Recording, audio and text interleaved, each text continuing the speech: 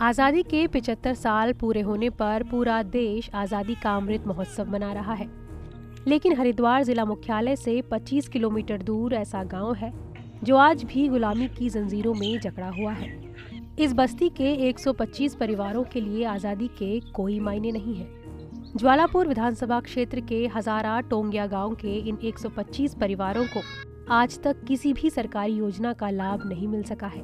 लगभग 600 की आबादी वाले क्षेत्र में न तो बिजली की कोई व्यवस्था है, न सड़क की और न शौचालय की।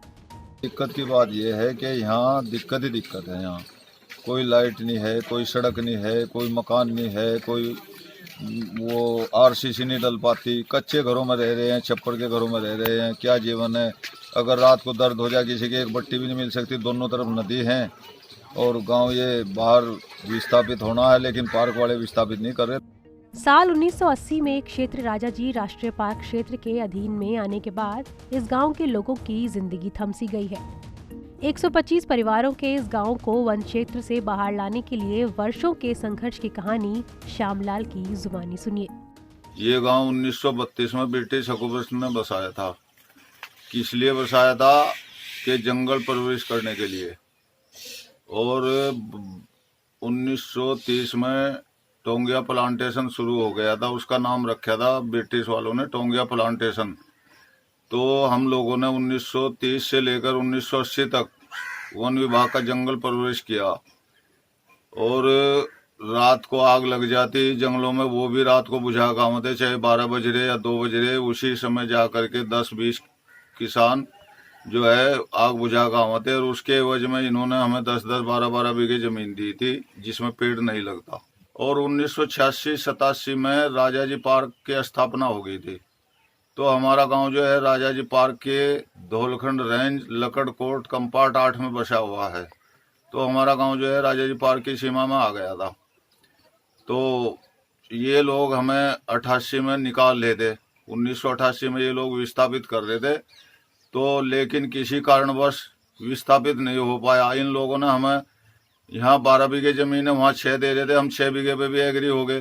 फिर इन लोगों ने कुछ हमें पैसा कहा था घर बनाने के लिए, तो फिर बाद में इन लोगों ने मना कर दी वो पैसे की। तो जब इन्होंने पैसा नहीं दिया तो ये गरीब लोग है, बहुत गरीब गांव है वो, तो ये कहाँ से बनाते, बिना पैसे के घर कहाँ से बनाते। इसलिए उस समय 88 में नहीं जा पाए थे। अब दोनों जगह जमीन रखी है हमारे लिए, बसने की भी रखी है और जो खेती के लिए मिलनी वह भी रखी है। लेकिन ये पार्क वाले हमारा विस्थापन नहीं कर रहे। आज तक इन लोगों ने हमें मकान नहीं बनाने दिया। एक तरफ भारत सरकार एडवर्टाइज करती है कि लैट्रिन बाथरूम बनाइए, बहू बेटियों को खुले में शौच के लिए मत भेजिए, और दूसरी तरफ हमारे पर लैट्रिन बाथरूम बनाने का प्रतिबंध है। ना जी ना, कोई सुविधा नहीं मिल रही। वो तो बन तैयार खड़े हैं, हमारे लगाए हुए बन तैयार करे। उसके बाद इन्होंने कोई जंगल इन पर तैयार नहीं हुआ।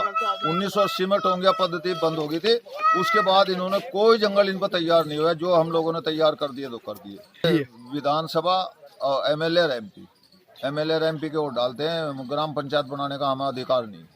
जब तक हम गांव राजस्व गांव घोषित नहीं हो सकता तब तक हम ग्राम पंचायत नहीं बना सकते। तो हाथी बहुत है, तो उसको फसल को वो जानवर हाथी खा जाते हैं। जो राजस्व गांव है, अगर उनकी फसल खा ले उनको मुआवजा देते हैं, और हमारी फसल खा ले तो हमें मुआवजा भी नहीं देती सरकार।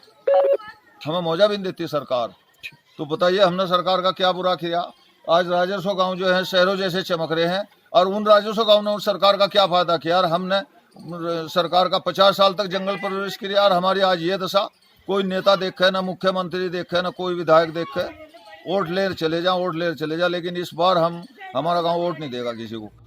यहाँ के रहवासी निवासी किरणपाल सिंह ने बताया कि बारिश के समय अगर गांव में किसी की तबीयत खराब हो जाए तो उसे अस्पताल पहुंचाना तक काफी मुश्किलों भरा होता है।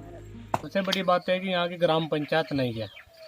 इनका कोई वोट देने का अधिकार नहीं है। सिर्फ यहाँ पे एमपी एमएलए के वोट पड़ते हैं, और वो लोग भी तब आते हैं जब उन्हें वोट की ज़रूरत होती है। उसके बाद यहाँ पर कोई भी नहीं आके देखता। सरकार से मिलती जो सुविधाएं हैं इस गांव के अंदर, जिस तरह की लाइट, रोड या आंगनवाड़ी, स्कूल, हॉस्पिटल, किसी भी प्रकार की कोई भी सुविधा नहीं है। यहाँ पे फॉरेस्ट वालों ने सब सुविधाओं पे बैन लगा रखा है।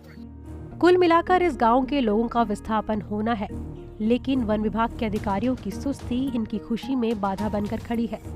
ऐसा लगता है कि 125 परिवार आजादी के 75 सालों के बाद भी गुलामी की जंजीरों में जकड़े हैं। प्रधानमंत्री नरेंद्र मोदी की मन की बात तो ये सब सुनते हैं, लेकिन इनके मन की बात सुनने वाला शायद कोई नहीं। ईटीवी भारत के लिए रुड़की से इसरार अहमद की रिपोर्ट।